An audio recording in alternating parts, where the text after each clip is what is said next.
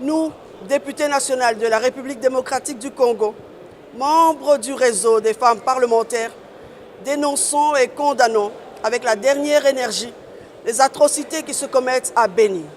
En notre qualité de représentante du peuple et en tant que mère, nous ne pouvons nous taire face à de tels crimes sur nos enfants, nos sœurs, nos frères et nos maris. C'est inacceptable qu'un génocide d'une telle ampleur se déroule sous les yeux impuissants de toutes ces forces armées, à savoir les FARDC et la MONUSCO, pourtant présentes en grand nombre sur le terrain d'atrocités.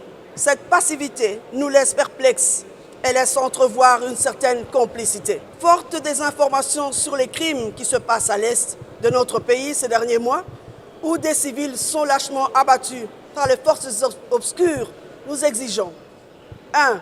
Au chef de l'État, garant de la nation, de prendre des mesures idoines, susceptibles de rétablir la paix et la sécurité dans un bref délai. 2. En sa qualité de commandant suprême de nos forces armées et de politique nationale, d'extirper les officiers qui se compromettent en violant leur serment de protéger les populations et leurs biens. 3. Au gouvernement de la République de s'impliquer et de mettre de toute urgence les moyens à la disposition des FARDC afin de rétablir la paix. Que la loi soit appliquée dans sa stricte rigueur à l'endroit des auteurs de ces atrocités. Que ces derniers soient déférés devant la justice.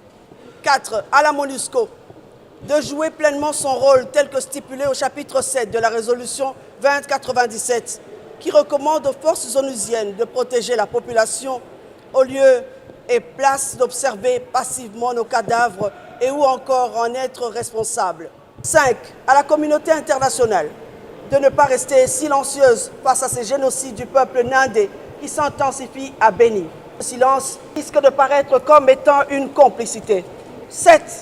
À la population congolaise tout entière de rester vigilante, soudée et solidaire avec nos forces armées, afin que nos frères et sœurs, ainsi que nos frères et sœurs de Béni, afin que notre territoire soit libéré, car seule la lutte libère.